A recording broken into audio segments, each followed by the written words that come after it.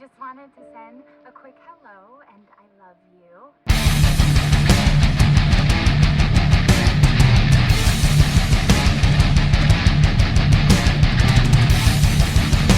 Oh, good news. I'm gonna be coming home soon. Yay!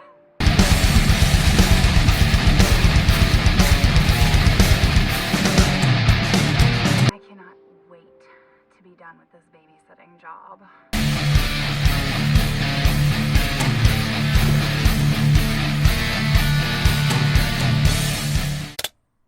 Well, this is going to be an interesting one.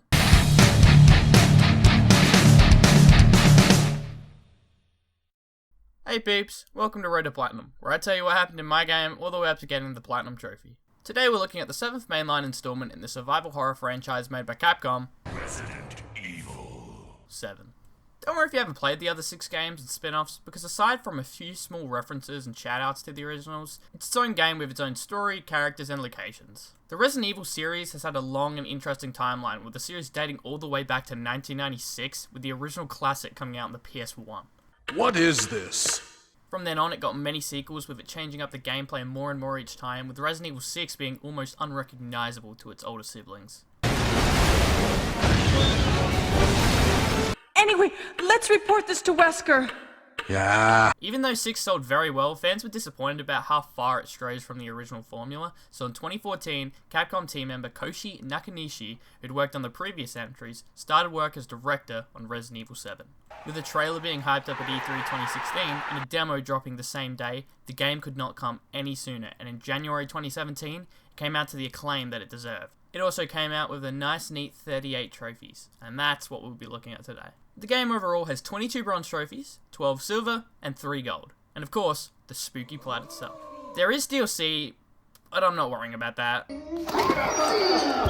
At least not today, that is. So overall, this game's trophies sound a lot more difficult than they actually turn out to be, with most trophies requiring you to play the game without doing something or beat the game in a certain way. So to start with, I'm going to break it up trying to do some things for certain playthroughs. So on our very first run, I'm going to try playthrough on easy while healing less than 3 times, get all the collectibles, and just do as many other random things that we can fit into the playthrough. So without further ado, let us enter the survival horror. Not wasting any time, we click the easy difficulty and are greeted by a woman saying she's coming home to her husband. But not as all as it seems when the camera zooms out and another recording starts playing. This one is being recorded right now by the person we are playing as. With some very ominous sounds playing, she tells her husband named Ethan to Stay away. We next cut to that very Ethan on the phone to a friend. He talks about how it's been 3 years since he's last seen Mia, the girl in the intro, and how that apparently she wants him to come and get her. We drive up a sketchy ass road with an even more sketchy ass background. At least it's better than what they originally had for the game. When we get out of our sweet ride, we get the first and easiest trophy in the game simply for getting out of your car. After that, we go into our inventory to see we have an email from Mia with the location of where she is and the words, "Find me." So I guess technically she did tell us to find her. We also get a cheeky mouth reveal from our boy Ethan. He's hoping we see more of that as the game goes on. We arrive at the gates of a spooky haunted mansion, but no one's answering the buzzer and the gates are locked. So we head around to break into this poor family's house. Just off to the side of the house is a smashed up van. Breaking into this van, we find a file about a show called Sewer Gators. They were working on a new episode about sneaking into this ghost house. So, I really like these guys. No way I can join the one and only Sewer Gators. I'm so in, peeps. So as a new recruit of the Sewer Gators, it's time to go help my newfound friends. I don't know what that means. So walking more through this place... Was that a gator? Going around the corner and seeing that the gator disappeared, we find some sort of animal. I wonder if there's more animals like that around... Continuing on, we find a fire that was recently put out. Next to this fire is a bag that we examine to find a Texas driver's license belonging to Mia. Viewing this gets us our second bronze trophy. We come around over towards this house where after walking by this creepy chair, we find that the door is already waiting for us to walk inside. As soon as we do that, the door shuts behind us and we are locked in. Walking further into this stylish, gorgeous kitchen fitted with all the things you and your loving family would need. We get some food, but unfortunately this food seems to be moving more than I would like. Fuck! This is the guest house. It was first shown off in the beginning hour demo that was released months before the actual game to hype it up. In that very demo, you got to explore almost all of this house, do some puzzles, and test out some of the mechanics of the game. It was also just really spooky with ghosts spinning around corners and things just moving all the time. If you did finish it, you even got some bonuses in the real game. Back to that very game, we open the microwave to find a crow that's just been a little overcooked. Something also tells me this fridge hasn't been opened in a while. Spaghetti! There's also no running water and a newspaper on the table that says there have been over 20 missing in 2 years. We come up some stairs to find a switch that's not responding, our first tape recorder where we can save our game, and a VHS tape titled Derelict House Footage. Back down the stairs, we come through a hallway and open a door. Out of pure fear, we close this door behind us to stop the spooky ghost from going in for a sneak attack. Doing this gets us the behind closed doors trophy. Coming into this room, we go straight for the piano. That's cool, I didn't want to play anyway. We see a photo of looks to be the owners and find a TV that is somehow still running. It also has a VHS player which we use to put in our tape.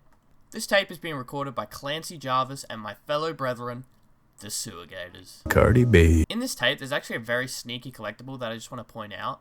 Right as you start the tape, if you turn around and pretty much look straight down at the ground, you can find a lockpick. When we use this lockpick a little later on in the kitchen and open up a small drawer, we can then go open that in the real world as Ethan and get a collectible for us later. It doesn't really make sense why it was locked in the first place, but oh well. These other two guys are Pete and Andre, but they're looking for another worthless fucking shithole. Just wait until you see that kitchen though, guys. This tape was actually a lot scarier in that very demo I talked about before, because randomly throughout it, there'd be a scary ghost lady hiding around the corner, and she'd just be everywhere. Unfortunately, they didn't add it to the main game, but it doesn't really make sense in the scheme of things with the story, so it makes sense why they didn't. We go to the kitchen to check on the food once again, and Andre explains how the Bakers, the family who used to live here, had bad rumours going around about them and their son, but were actually just quiet people who didn't bother anyone. But while we were getting a good shot of Pete, Andre is nowhere to be seen. We go to find him and hear some rumbling coming from the room next door. We go to investigate to find no one there. Peter Parker over here, Spidey sense must be hitting him real hard, because out of nowhere he walks straight over to the fireplace, pulls down a chain to reveal a secret hatch. We crawl in here to see a hole. Yeah, I'm not going down there. I nominate anyone. Fucking piece of shit, Pete, just because I'm not an anchor. We make it to the bottom of the ladder to find Andre. He seems to be alright.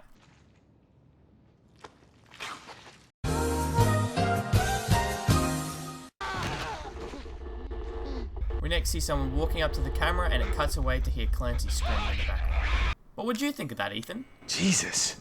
I guess that's a fair answer. Before we do anything else, we quickly go open the drawer that we unlocked before playing as Clancy. This gives us our first antique coin. We'll be collecting all 18 of these throughout this playthrough. I won't be showing all of them because this video would be way too long if I did, but yeah. So with us playing that video, we pull down the same chain and go down the same hole as before. Hopefully Ethan will be smart enough that if something bad happens, we crawl right back up this ladder and get the hell out of here. Uh-oh. Okay, well I guess I'm stuck down here. Damn it. That's what I'm saying. Looking at that pipe that Andre was taking a bite of, we can still see the blood that was left behind and it's still dripping off the pipe. We then take a dip in some stanky water. We should be safe from any diseases as long as we don't dunk our head under the water. We'll be alright. Ethan, look, I get it, you got scared, but do you really need to dunk your head right under the water? This maggot-covered body is Andre from before. Looks like he didn't end up so good.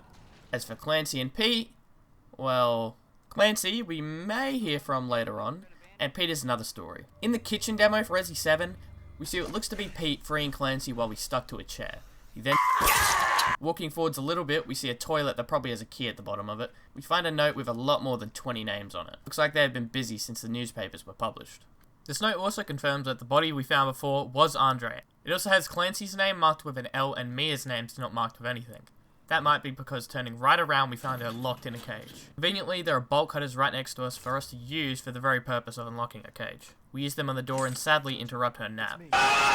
We tell her that she told us to come here and she claims that she didn't. Did I? Daddy's coming. Mia, what are you talking about? I'm right here. We start to head off and my god, Mia has to be the slowest person I've ever seen. I get it, you didn't get your 8 hours of sleep, but please can you move a little faster? It's very clear to us that she's not all there. Huh? So we need to get her back to bed before it's too late. There's another door here. I'm sure of it. It's not here. It's gone. It's gone. We're gonna be a family. Now that you're here.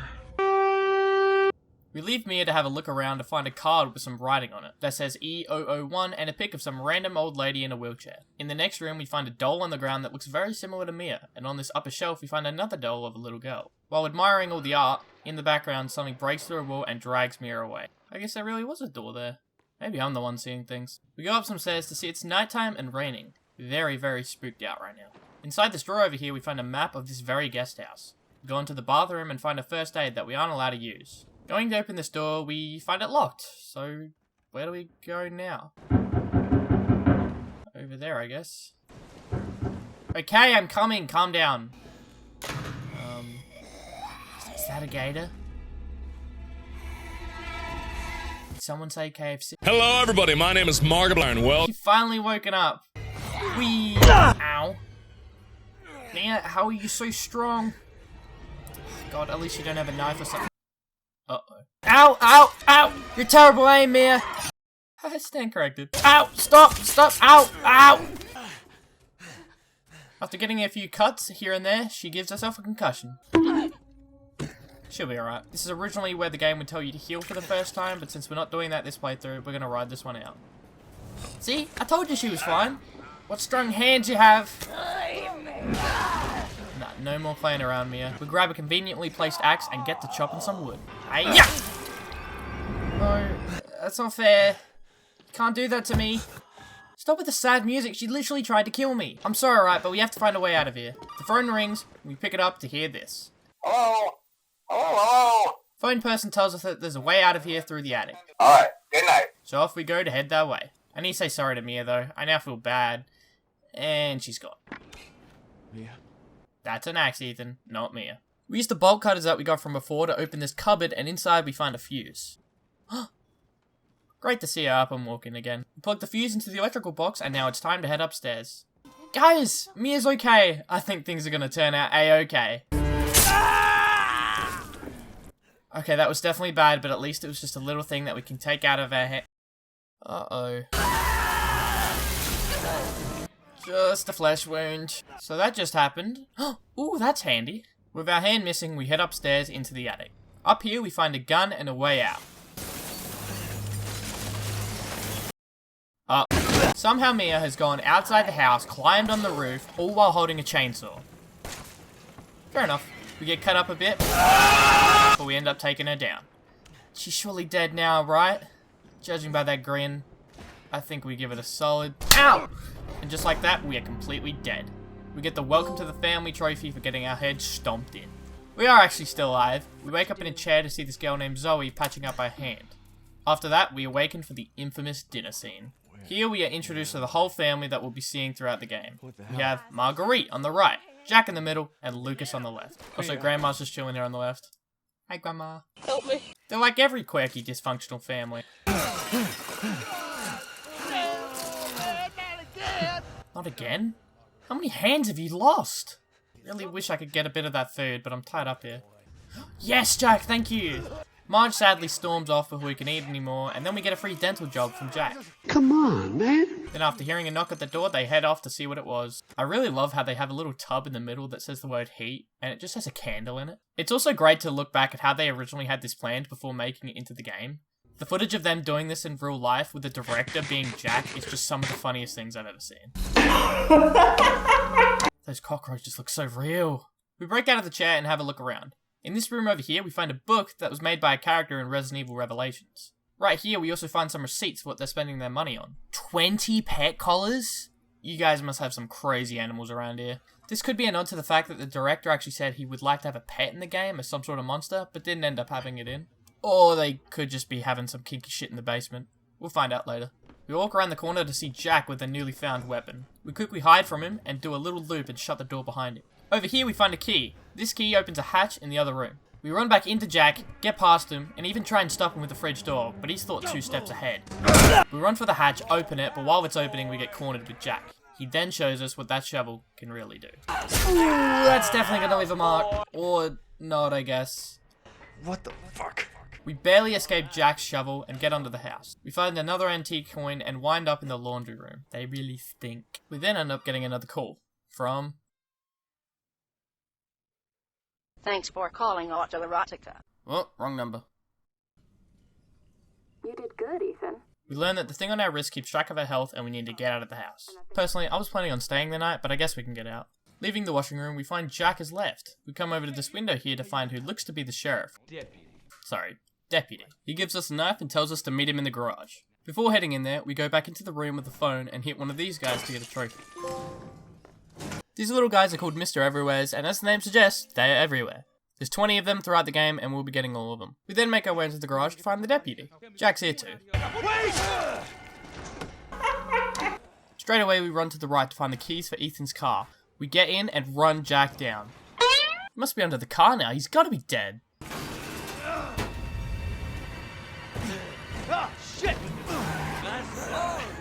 Please don't crash, it's not registered for you. He crashed. Thankfully he is finally dead and we don't have to deal with him anymore. Koshi said that he had a lot of influences for this type of game and one of them was the Evil Dead. You can definitely see that in Ethan's car. While it sadly goes up in flames. He's still alive?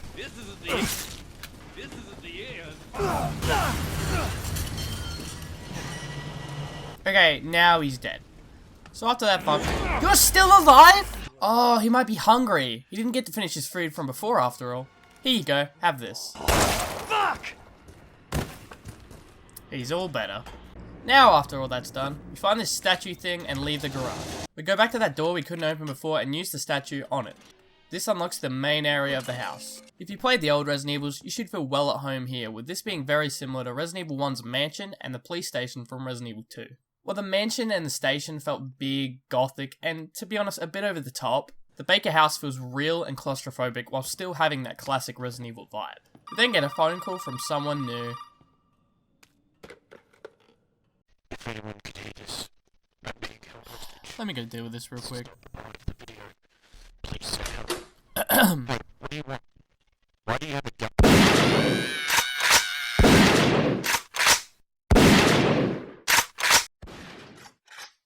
I think that's enough phone calls for one day.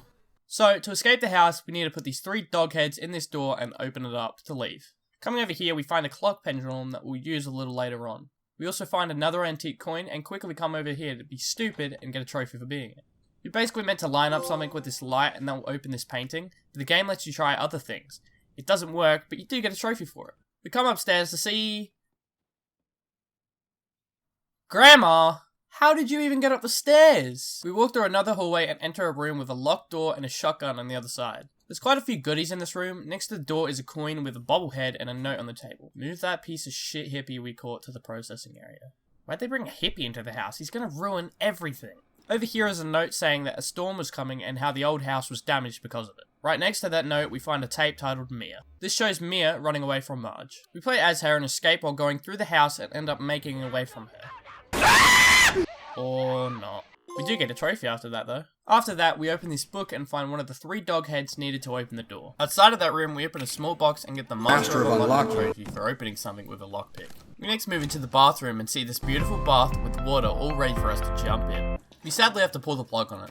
While that's emptying, we find another coin that's inside the toilet just waiting to be found. Inside the bath is a wooden statuette thingy. We can now go back outside and use this on the- Oh my, you're still fucking alive! Whee! What a perfect throw. Your turn. You better be dead now. Sounds like it. You go to the mount with a wooden boy and make a pretty bird. This opens up a wall that we could squeeze through and leads us into another room with some more collectibles and something called psychostimulants. Using this gets us the Open Your Eyes trophy. When you take these, it allows you to see any items in your close area.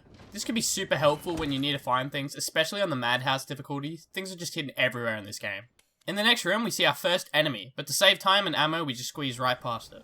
Running down this hallway and going past these stairs, we make it to a safe room where we can find a note that says one of the dog heads is hidden somewhere underground. Love, Travis. No, you shouldn't have. There's a few of these safe rooms hidden throughout the game, and the music, like always in any other Resident Evil, is absolutely perfect. Hey, wanna listen to some tunes?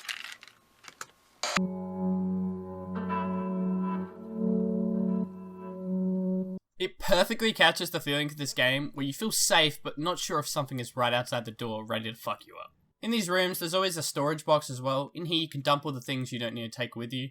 These all share the same inventory, so you don't need to worry about leaving too many things in one box.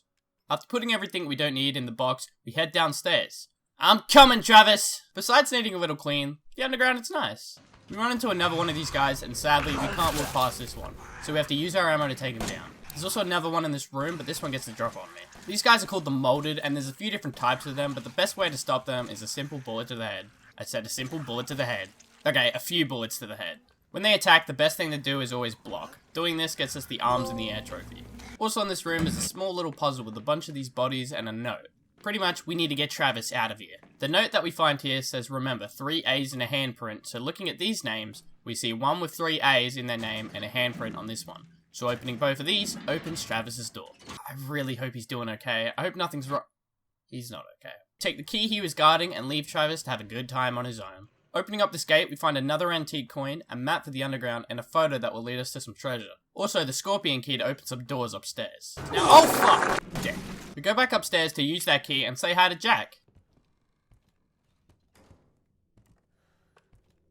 Opening this scorpion door lets us learn the location of all 3 of the dog heads. We also grab the shotgun, but turns out it's broken. This isn't so bad because there's a working one in the main room. The problem before was that when you take the shotgun, the door closes behind you, but now that we can take that one off and replace it with the broken one, we can keep the brand new shiny shotgun. We go back underground to see the dog head just sitting there ready to be taken. We go to grab it, but Jack, teleporting his way in, grabs it instead. He rambles a bit, then goes around the corner with the dog head in his hand. Going around the corner and heading into this room, we see the cop hung up on the wall. Poor deputy. Sorry, deputy. Leaving that room, we kick and shoot a dead body, because why not, and find that dog head on a chain waiting to be taken. Right on cue, Jack turns us around to say hi. Whee! This fight with Jack is similar to the one before, except there's no car and there are bodies we can kick into it. Halfway through the fight, he grabs his chainsaw looking thing, and they nod the Evil Dead once again when he says, Groovy. That's not groovy. Come on, Ethan, that's pretty groovy, man. Come on. One of his attacks has this big wind-up for it, and if you duck at the right time, you get the duck if you love your life trophy. To settle this fight on an equal playing field, we grab the nearby chainsaw and get to work. Now, once and for all, Jack is finally dead. Thank God we got a chainsaw for that, and look how powerful this thing is. Can't wait to use this bad boy. And it broke. After getting that dog head, we come upstairs to hear this.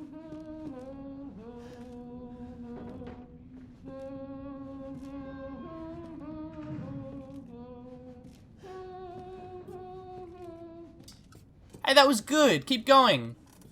Or not. Next we head to the... Fucking really? We next go back to where we had dinner, go to the clock and put the pendulum thing we got from before in it. This reveals our 3rd and final dog head. Now having all 3, we open the front door and finally get out of here.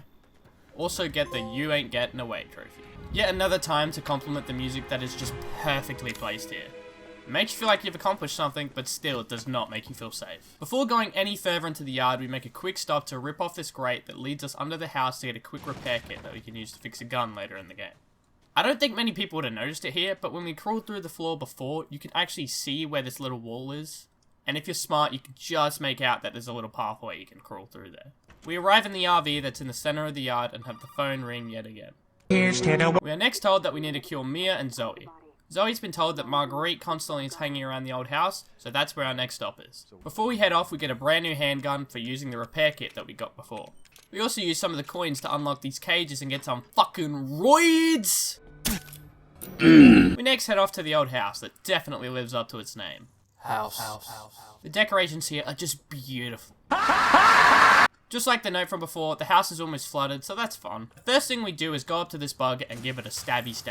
Get an easy trophy just for doing some exterminating. We next get another trophy just for slashing off these bugs that were chilling on this cabinet thing. Sneaking around the house, we grab a bag to increase our inventory, which we also get a trophy for, and some parts that combine together to make a homemade flamethrower. We use this to get rid of even more of the bugs and get rid of this hive that's blocking our way into this little hole. We go in this room to find another statuette that we can use on the other room. Also, Mia's here. Yeah, I'm leaving this place. Stay the fuck out! I told you I'm leaving. Hopefully, this is the way. Oh, I got some friends. Fuck. My parents have left me a note. Think your father and I are idiots? You spoiled, pathetic child. I wish you never been born, unforgivably pathetic yet, always looking down on us and trying to leave our home. After everything we've done, you pathetic.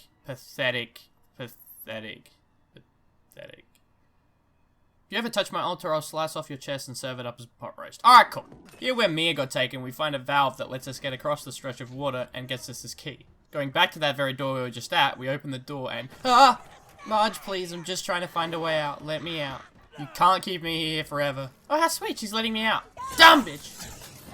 Real quick, a little detail I like in this fight is how with all the mosquitoes biting you, you can actually see all the bite marks along your arm. I don't know, I thought it was super neat and cool. Muggy Yeet really looking drunk. You okay there, boo-boo? After leaving her, we find what's needed to cure Mia and Zoe. A D-series head and an arm. So it looks like no one's gonna get healed because no one just has a head lying around. A head? I think I have that around here somewhere. Huh, I guess you never know with this family. Looking more into the house, we find a little doll thing. Another little fun fact is these things were on the demo, probably to make you think that there was some sort of witch in the game. But instead we got Marge. Going even further into the house, we find some sort of contraption that requires us to use something to get us through this door. We don't have anything like that right now, and I have no idea where we could find something. Oh, we could use the light on the... Nope, I'm good. Staying here. Bye. Why did it have to be me to come save Mia? Surely she could have just gotten out on her own. This is going to suck. Well, that's special.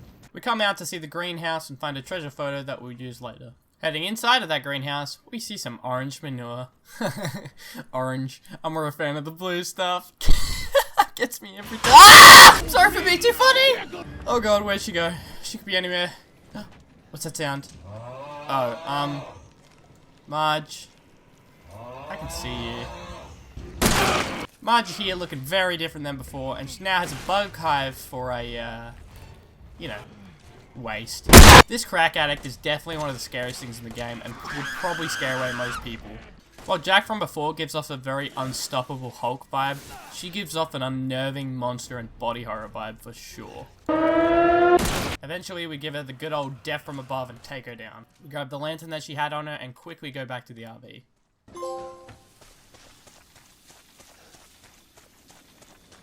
We get this magnum and some ammo that was hidden besides the toilet that was shown to us in the treasure photo. Back into the old house, we hear this beautiful sound. Listen to that sweet piano. We finally open this door with Marge's lantern and head inside. We finally found a croc! I'm gonna name you George. Fuck you, George. This area is filled with all sorts of lovely and fun imagery. Who has this many pairs of shoes? Finally something that isn't scary looking.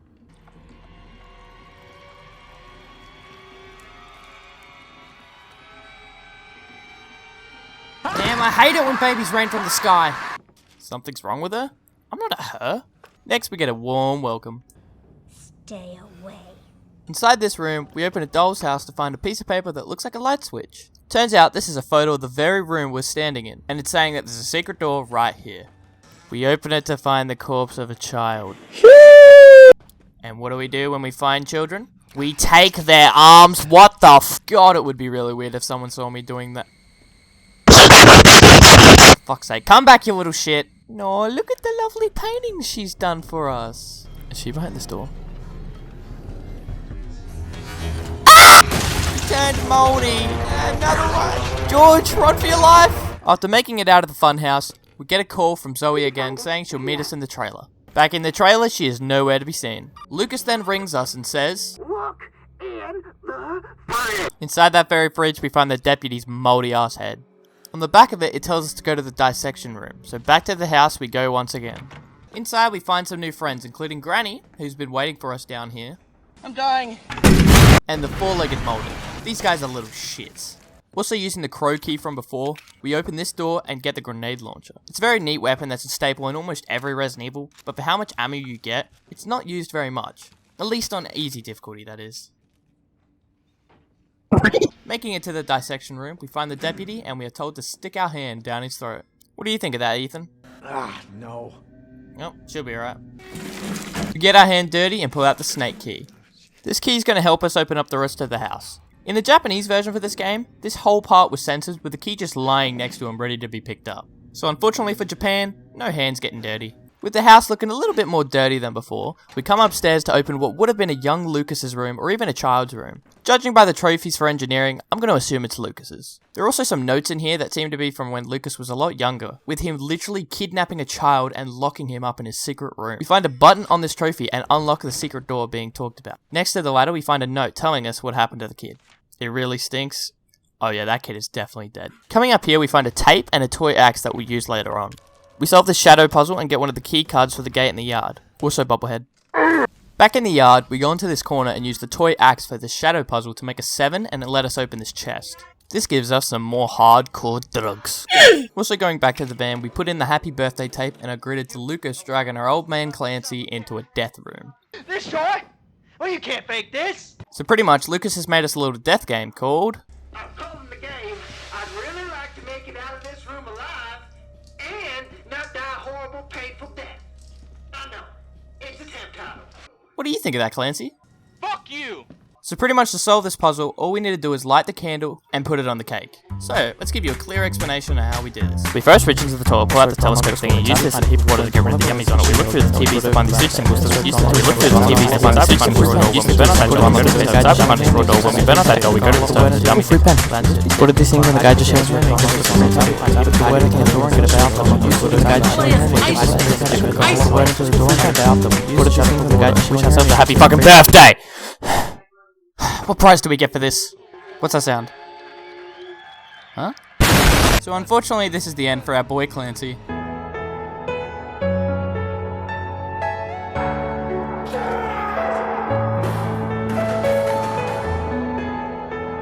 I know, it's very sad, but it just had to happen. There's more content with him in the DLC, but that's not happening.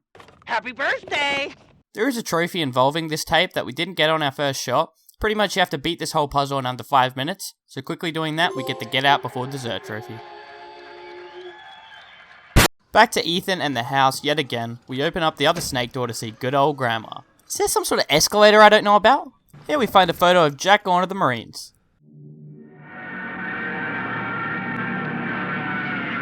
Next to this bed we find a note that says the same as all the others.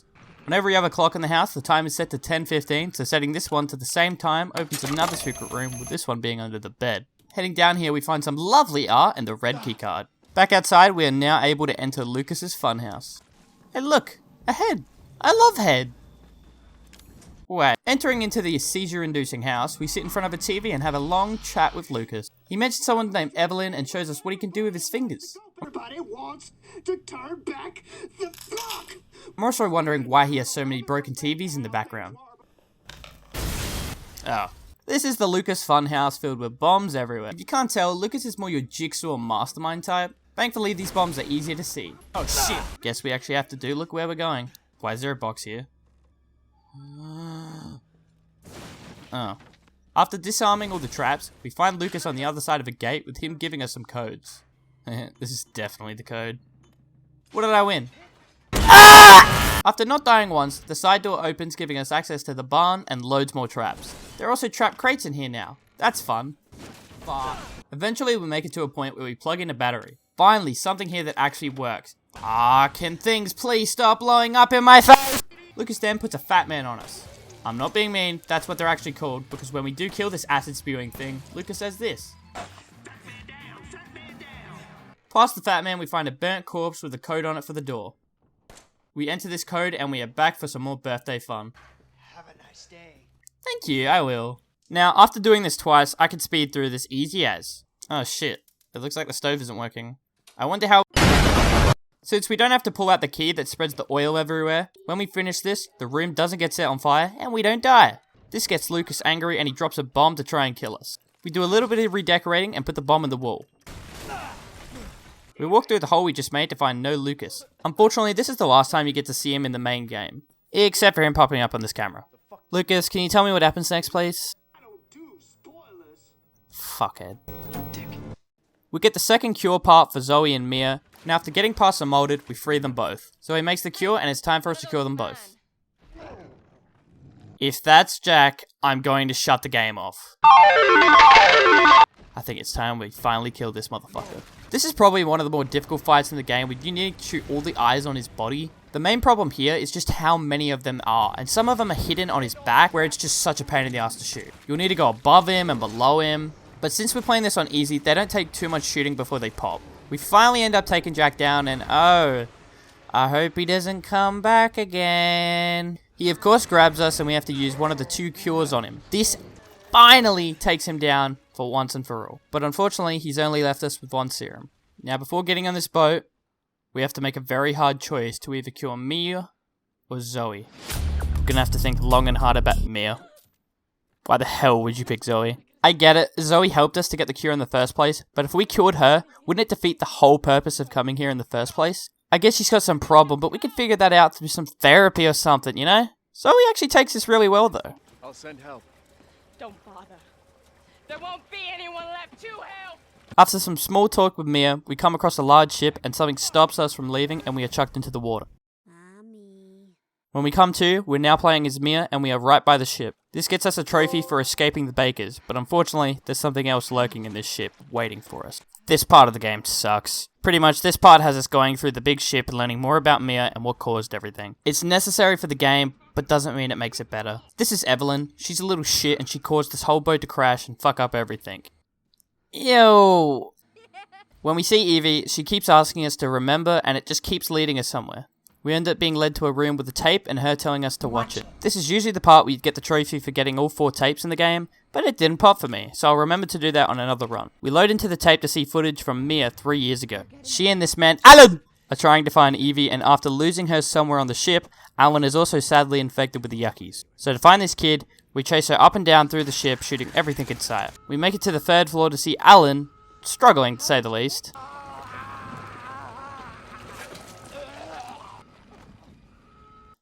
Guys, I think Alan's dead. We walk over to her laptop and send the clip that played to us at the very start of the game. Mia then gets chucked off the boat to later be found by the Bakers. With Mia seeing all this, she remembers everything and tells Evie to fuck off.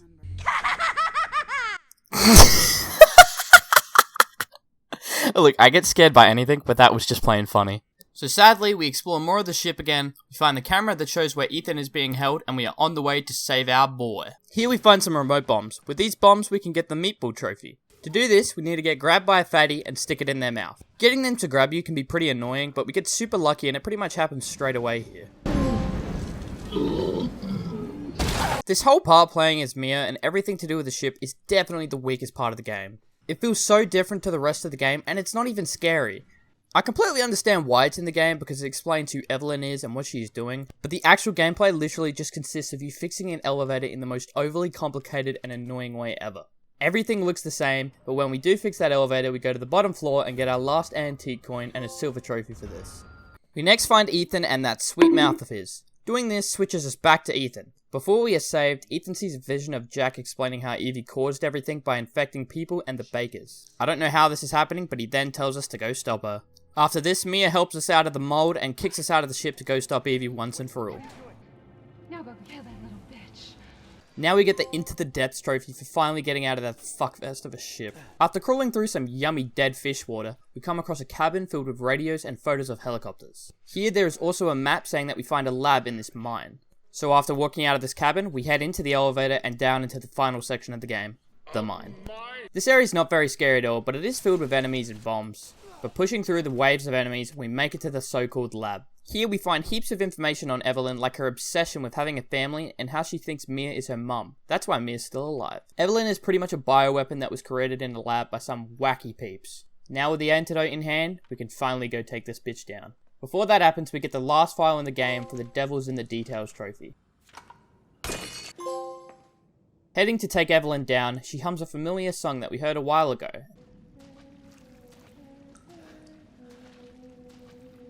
What does that mean? Going past even more molded, we find these 2 fatty boys that are guarding this ladder. These guys do suck, but we make it past them yet again without healing. And what do you know? We are now back in the Baker house. Here we find a chair that for some reason is empty. I wonder where Granny went to. And this photo of her is still here as well. What does that writing mean? One little detail that I don't think anyone would ever really notice is in this little room there are 2 dolls. One looks suspiciously like Mia and one looks suspiciously like Evelyn. At the start of the game, Evelyn was on top of the shelf and Mia was on the floor rolled over. I think at the start it represented Evelyn's control over Mia, but now with them switching places, Mia has finally gained control of herself. We start seeing visions of Mia before and her attacking us. We see that Evie was actually in her head the whole time, forcing her to do all this stuff she did to us. Going yet again back up into the attic, Evelyn floats there just letting us go up to her and give her the good old injection. Doing this reveals she was actually the old lady the whole time? What? She was watching us and following us all along, there every single step. Goodbye, Evelyn. I just said that. Well, now that's over. Oh good, she's going off. Ew, ew, ew, ew. Now that is fucking scary. She breaks the house open and oh my god, the sound she makes. I just wanted a family. Smoker's voice be turned up to 1,000,000. We land on the ground next to a gun and a voice calls us over the phone and tells us to... We do just that. I fucking hate you, old bitch.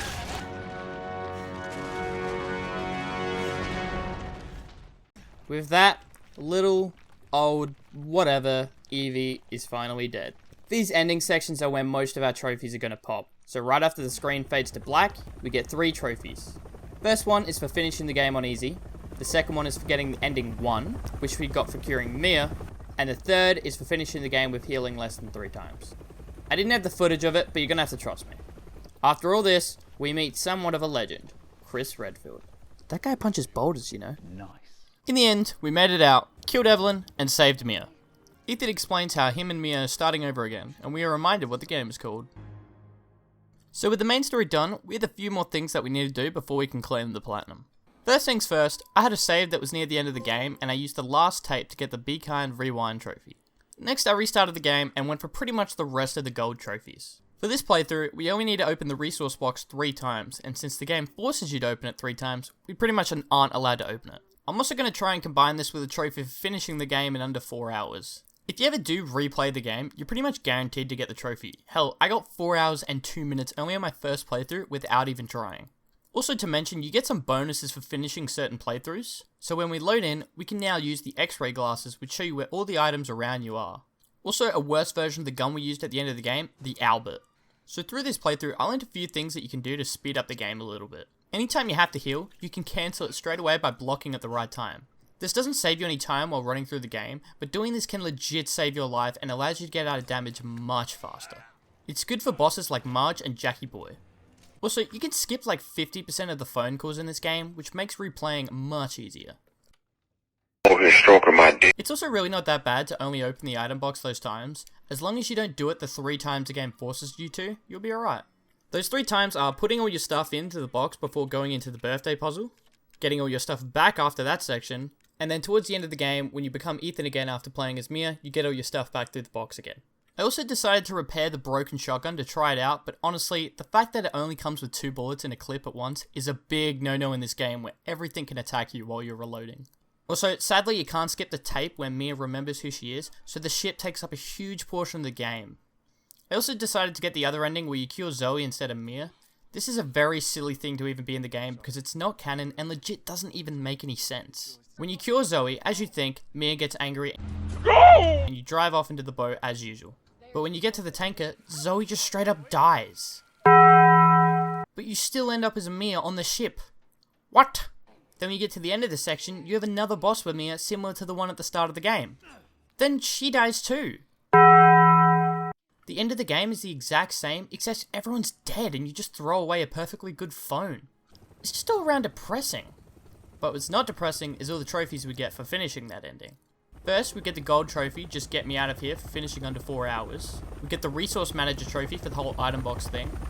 Then finally, we get the just a memory now for getting the second ending. Now we only have a few trophies left, and our last run is going to have to be on Madhouse. Sadly, we have to get more antique coins on this difficulty, and it's double the amount that we needed in the base game. But I will say, Madhouse is how every video game should do hard difficulties.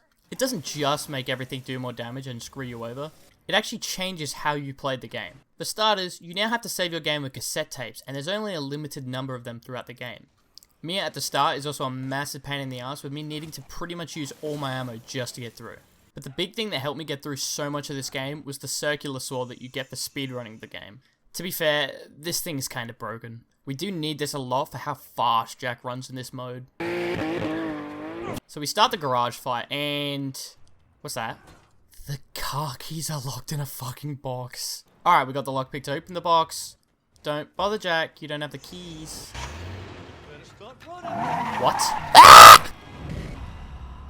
No, don't get in the car, please. You're a bad driver, Jack, please. See, you go like 2 feet and crash. Here's one of the big differences in Madhouse. The Scorpion key that you would usually get from the underground is actually just sitting here in the living room. And we need antique coins to open it. But since we've been collecting every single one along the way, we can open this straight away. When we do, this happens. Here, piggy, piggy, piggy. How'd he get his shirt back on? So now we can go straight upstairs and get the broken shotgun if we wanted to, but the saw is just too good. How you going, Jack? Yeah. Dozed off there for a minute. Because of the key, we can skip going to the bathroom to get the statuette and just go through this door right here. Oh, why are you here? When we get to the old house, I finally shoot the ground with the grenade launcher, and this kills some bugs to get the less is more trophy. Then in the Marge fight, which is pretty much the same except she has a ton of health. You can block that?! We just sneak in the Fly Swatter trophy, which is to hit her when she's in the air. We go through the Lucas Funhouse again, and finally get the trophy for crafting all items in one playthrough. This is actually somehow easier in Madhouse because of all the separating agents everywhere that allow you to separate items and get things from that to craft other items. Jack's fight is pretty hard, but I actually only died once here.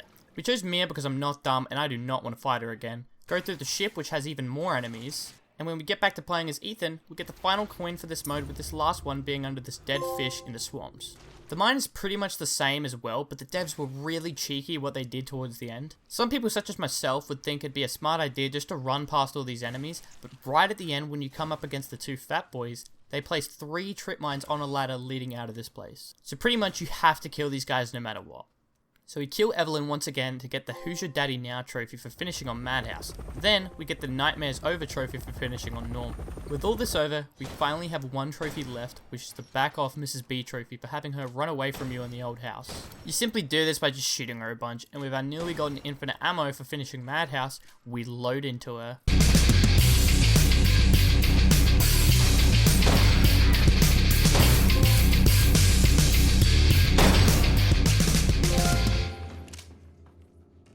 And that's the Resident Evil 7 Platinum. This game is almost a masterpiece when it comes to the survival horror genre and the Resident Evil series as a whole. Every single baker in this game was excellent and memorable in their own way. Koshi said that if he could have, he would have added a few more, such as a boyfriend of Zoe and maybe even a pet. Both of those surely would have been welcome. The bakers also make up for the fact that the only enemy type in the game is the molded. The platinum for this game wasn't too bad if you don't mind replaying the game over a few times. Madhouse is definitely a challenge, but it's such a new and exciting way to play the game. But collecting all the antique coins over and over again, it just is not fun though.